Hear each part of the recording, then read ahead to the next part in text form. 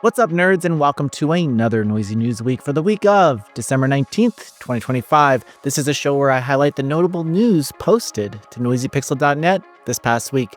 Now, before we get into all of that, I need to admit that we missed last week because Mark and I were at the Game Awards, but we're just back in time before the holidays. And yeah, it was definitely a week. Awards, reveals, controversies, delays, surprise announcements, and somehow Inti Creates even found time to announce another game. Before we jump in, quick housekeeping. If you want to support Noisy Pixel, please check out our Patreon. Patrons get access to our free digital magazine newsletter, which is a great way to keep up with features, reviews, and deep dives you might have missed. This is completely free. All you need to do is subscribe. And now that that's all out of the way, let's get into the biggest headline of the week, which is obviously the Game Awards 2025 winners. Jeff Keighley's annual celebration of video game trailers and orchestral music, and most notably a time for the gaming industry to kneel down and kiss the ring of a Nepo baby fueled by Halo and Mountain Dew. Still, regardless of how I feel about the theatrics and spectacle of it all, I do find it pretty exciting and look forward to the reveals and gathering of creatives. So, on an honest note, thanks for that, Jeff, but I'm still gonna give you shit. And with all the reveals and discourse, it's easy to forget that the show is technically about handing out awards, and this year, one game completely dominated that conversation. Clair Obscur Expedition 33 was the big winner of the night. It took home Game of the Year, Best RPG, Best Narrative, Best Game Direction, Best Art Direction, Best Score and Music, Best Debut Indie Game, and Best Indie Game General.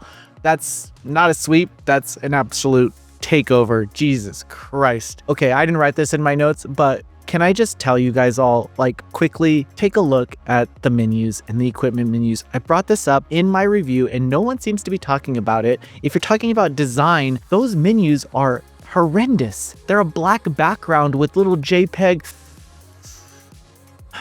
Let's get back to the show. Developed by Sandrock Interactive, Expedition 33 came out of nowhere earlier this year and stuck the landing with its surreal world, turn-based combat, and emotional heavy storytelling. Jennifer English also picked up Best Performance, which felt extremely deserved if you've played this game. Other highlights during the show include Hades 2 winning Best Action Game, No Man's Sky somehow winning Best Ongoing Game, and Grand Theft Auto 6 taking home Most Anticipated Game, which honestly might be the safest bet in awards history. But the big question is, do you agree with Clair Obscur Expedition 33 winning Game of the Year? Or was your pick robbed?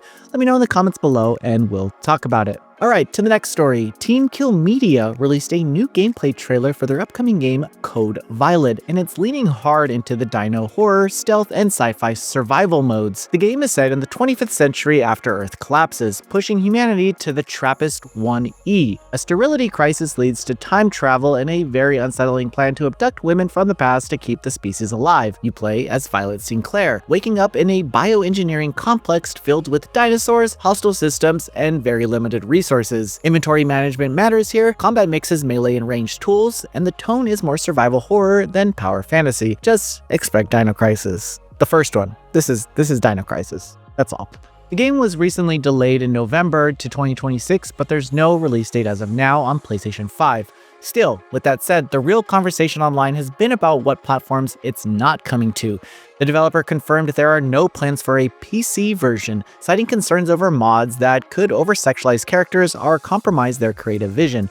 That did spark some backlash, and the studio responded with a firm statement saying that they're protecting their team, refusing to engage with harassment, and choosing how and where to sell their games on their own terms. Agree or disagree, Code Violet is now a game people are watching closely, both for the horror and for the discourse. I'm honestly really curious about how you feel about this news, so please comment below and we'll talk about it. Moving on, developer Longforce, the studio behind the co-op shooter Convallaria, has publicly accused Sony Interactive Entertainment China and the China Hero Project of years of sabotage, delays, and overreach that has nearly destroyed the studio. Longforce claims that after initially joining the China Hero Project and signing a global publishing deal with Sony, the relationship deteriorated into stalled development, mismarketing support, delayed payments, and pressure to hand over control of the project. The studio shared internal emails, chat logs, and formal complaints with Noisy Pixel outlining what they described as systemic failures and unethical behavior. The full report does go much deeper, including allegations of conflict of interest, outsourcing irregularities,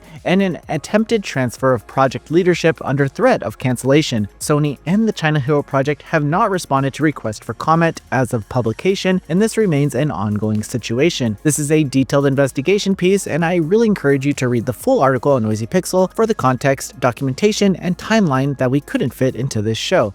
I spent a lot of time on back and forth emails during this investigation, and I'm really excited how it came out.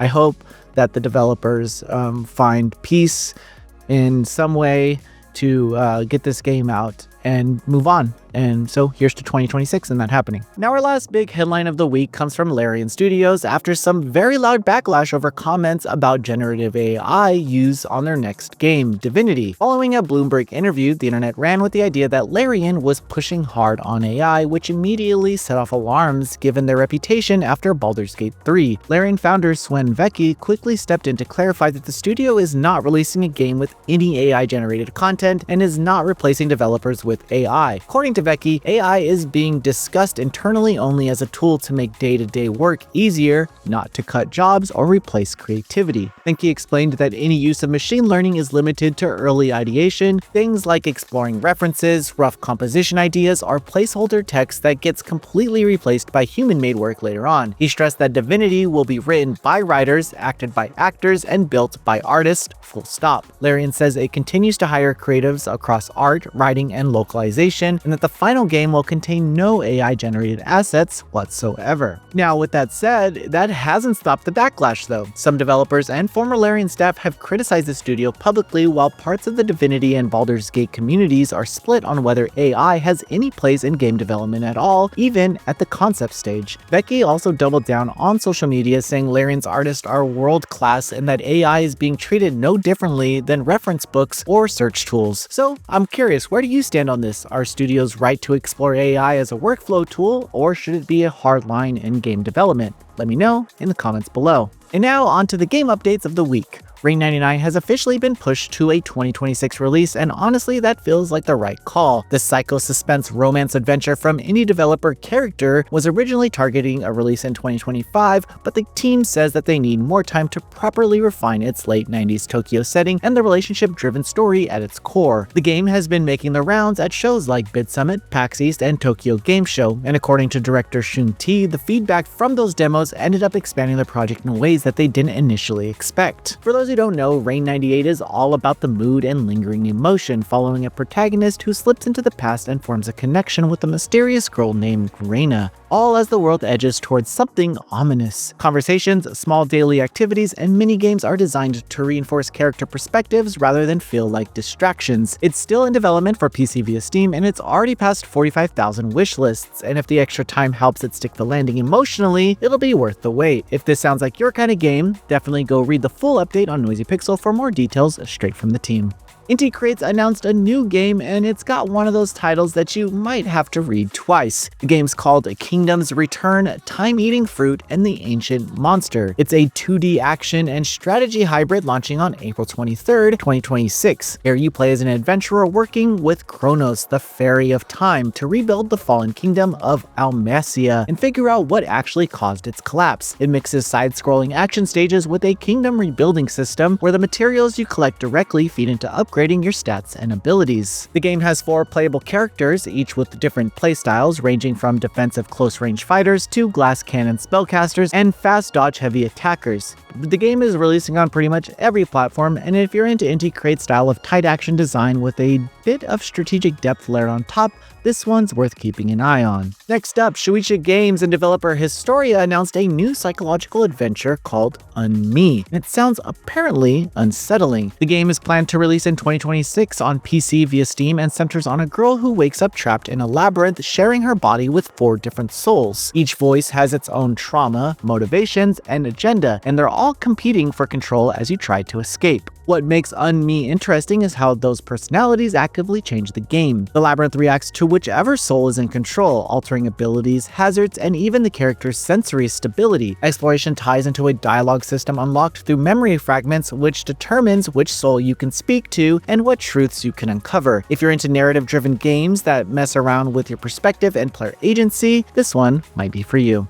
Febreze has locked in a release date for its open-world 3D platformer Demon Tides. The game is releasing on PC on February 19th, 2026, with the Switch version coming out later on. There's also a physical release planned through Fangamer that bundles Demon Tides and the original Demon Turf, which is a great announcement for me. Demon Tides sends Beebs across a massive ocean world instead of traditional level-based stages, with islands and structures hiding platforming challenges, puzzles, and secrets. Movement is the real star here, with a fluid moveset, talismans that tweak abilities, and tons of customizable options. You can also race against other players and ghosts for speedrun bragging rights and leave your mark with a global graffiti system. We also interviewed the team during PAX East 2025, so please go check out that content. Some exciting news for the retro Baka Boys. Amazon Game Studios and Crystal Dynamics announced not one, but two Tomb Raider projects covering both the future and past of the series. And boys, they put the shorts back on.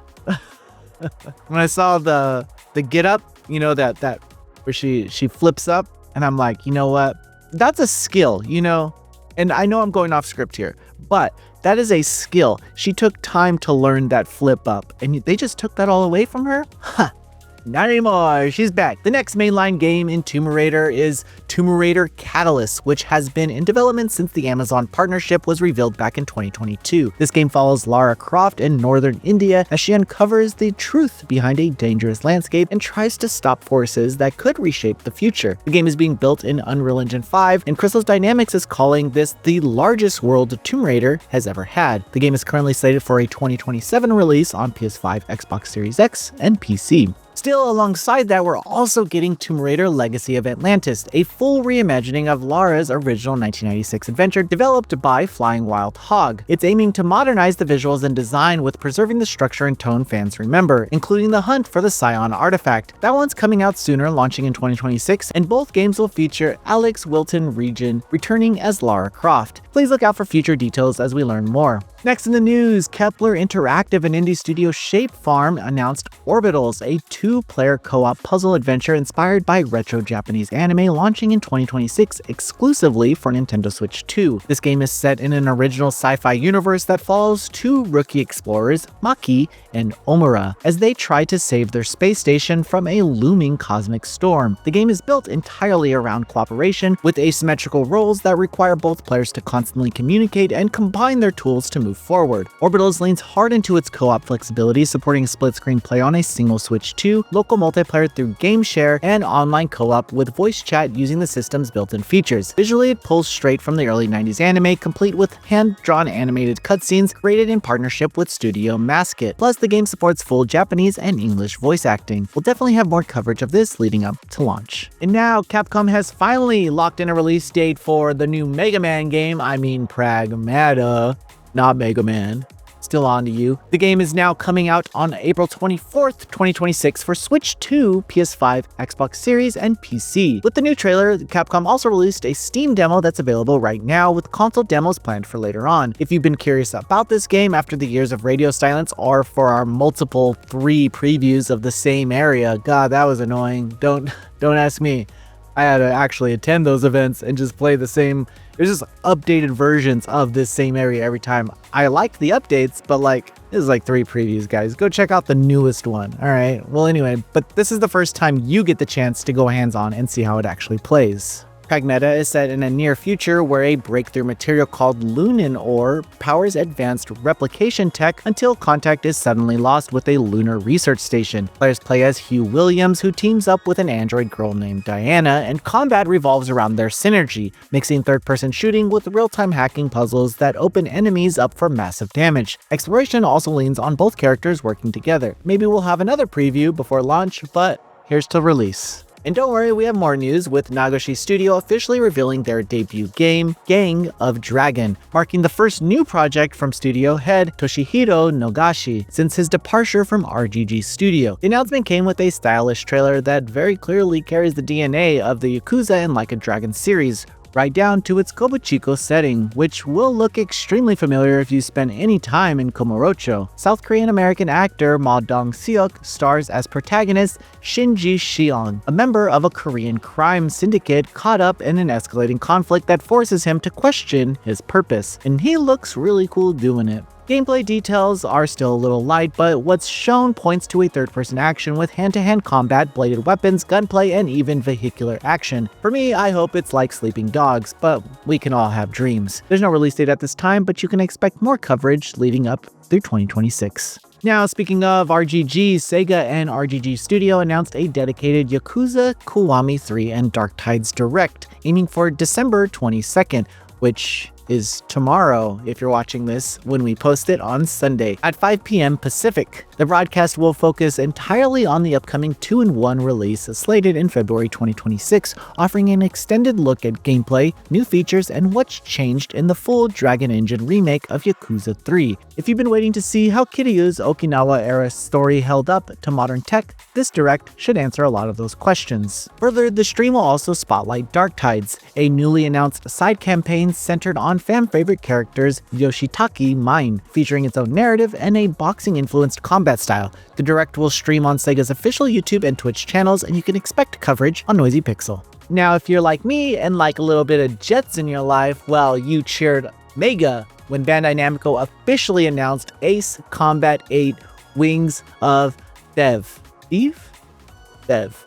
Marking the first mainline entry in the series in 7 years. I was there when Ace Combat 7, well, it was a good time to be alive. I didn't like the VR stuff. I thought I was never a fan of VR, but I digress. The game is launching in 2026 for PS5, Xbox Series, and PC, and it's being developed by Project Aces using Unreal Engine 5. The big hook with this release is that they're calling it Living Skies. This is dynamic cloud layers that affect visibility and combat alongside a renewed focus on cinematic presentation that puts you directly in the cockpit. The campaign leans heavily into its story, following an ace pilot in the strange real universe as split-second decisions, squad relationships, and national stakes collide. The first-person cinematic sequences aim to sell the emotional weight of being a pilot, not just the dogfights themselves. Multiplayer details are coming out later, but for now, this definitely feels like a statement sequel, and you can expect coverage on Noisy Pixel. And next up, 2 Dark Studio released an updated version for its boss rush action game Onikura, which is live right now on PC via Steam if you want to play it. Alongside that, the game's store page has also been re-released for the Asian region, opening up access to players who previously couldn't download or even follow the project. The studio says this is part of the broader prep for the upcoming milestones, but the full game is still listed as coming soon and no release date has been announced, but we'll definitely follow this project through. And we also got a bunch of updates for Hollow Knight and Silksong and all that, so let's just get into it. Team Cherry confirmed that Hollow Knight Silksong has officially surpassed 7 million units sold, not counting the millions more who've played through Game Pass. That's an absurd number, especially for a game that spent years in development limbo, and to top it off, Team Cherry has teased a free expansion called Sea of Sorrow, set to arrive in 2026, promising new areas, bosses, tools, and a nautical theme, all backed once again by Christopher Larkin's orchestral score. Now on top of that, the original Hollow Knight is getting a Nintendo Switch 2 edition in 2026 with a free upgrade for existing Switch owners. A global patch is also rolling out across platforms, with PC players able to try it right now via public beta on Steam and GOG, adding ultra-wide support, controller improvements, and a long list of fixes. Between massive sales, free expansions, and platform upgrades, Hollow Knight seems to just keep winning. And now for the NEP heads out there, Hyperdimension Neptunia Noire Goddess Blackheart is officially coming to Nintendo Switch in Asia in 2026 with English text and both English and Japanese voice options. Publisher East Asia Soft is handling the release alongside Idea Factory with a digital launch planned in spring 2026 and physical editions available through PlayAsia. If you've missed this release on PS Vita or PC, this one stands as one of those Neptunia series that is actually really good. It's the best spin-off, I like to say. Combat plays out on a tactical map using the Lily system to link units for special abilities, while a separate Sim Noir management mode lets you customize Noir's base and unlock character scenes. There's also a limited edition physical release through PlayAsia that's being capped at 2,000 copies. This contains an art book, soundtrack, acrylic standees, and more. If you've ever been curious about this Neptunia spin-off, definitely definitely try it out. It's not a bad one. Some Falcom news came out this week, and I know everyone's excited. Trails in the Sky's second chapter is officially getting a worldwide release in fall 2026, with Gung Ho and Nihon Falcom confirming the remake is coming to PS5, Switch, Switch 2, and PC. A new trailer dropped alongside the announcement, complete with English voice acting, and the game will directly continue Estelle's story following the events of the first chapter as she searches for Joshua across the Liberal Kingdom. This remake brings enhanced visuals, new voice acting, and updated systems that blend action and turn-based mechanics alongside the quality of life additions like save data bonuses, linked character attacks, and returning mini-games like cooking, fishing, and poker. If you played the first one, well, this is a natural follow-up. But if you haven't played any of the Sky series, well, I would say now's a great time to start because it looks like they're not stopping releasing these updated versions. And we're not done yet. Idea Factory International confirmed that Ariana and the Elder Codex is launching on PS4, PS5, and Switch on March 24th, 2026, with a PC release on Steam planned for later that spring. The console version will be available both physically and digitally in North America and Europe, while the Steam release will include multiple language options and both English and Japanese voiceover. Ariana and the Elder Codex is a single-player action platformer where you play as the librarian repairing magical books after magic disappears from the world. Each codec acts as its own themed challenge space, blending platforming, combat, and boss fights with permanent upgrades and over 30 spells letting you fine-tune your build. It's a game that I definitely have my eye on, so expect coverage. And a few more updates for you. Kotama and the Academy Citadel is bringing its fast-paced Metroidvania action to PC on January 15th, 2026. The game is developed by Adam String and published by 2P Games. This is a 3D side-scroller set inside Carmel Academy, a sealed, futuristic school city built around competition and status. You play as Kotama, a transfer student with advanced combat abilities thrown into a selection process tied to the Academy's upcoming 100th anniversary, and a whole lot of secrets lurking beneath the surface. There's a demo available right now on Steam, so you can play that now if you can't wait. And lastly, but certainly not leastly, publisher Another Indie announced Philna Fantasy, a classic-inspired pixel RPG launching on PC via Steam on January 15th, 2026. This game blends retro visuals with modern action RPG systems, offering real-time combat for playable classes and a heavy focus on exploration and customization across the continent of Votland. A new trailer is out now, giving a solid look at its combat flow and old-school presentation. The game is built around loot, crafting, and player-driven progression rather than fixed paths, with dungeon-heavy regions packed with puzzles, hidden rooms, and optional challenges. You'll forge gear, brew potions, raise a pet companion, and take on side quests that flesh out the world and its conflict with a spreading force called the Void. I took one look at this game and I said, this needs to be on Noisy Pixel. So that's why I covered it. But that's it. That's the news. Thank you all for sticking with me through these months that I've been doing this. I look forward to bringing it in 2026. Happy holidays, happy new year. I don't know if I'm gonna put out a New Year's show. I might as well, you know. I want to check in and hang out with you guys. But thank you for this year. It's definitely meant a lot, and we're already planning GDC and PAX East right now. We got a good team this year, and it's definitely all thanks to you. Have a great time, play some games, be happy. I'll see you soon, and I'll see you in the comments. So, bye.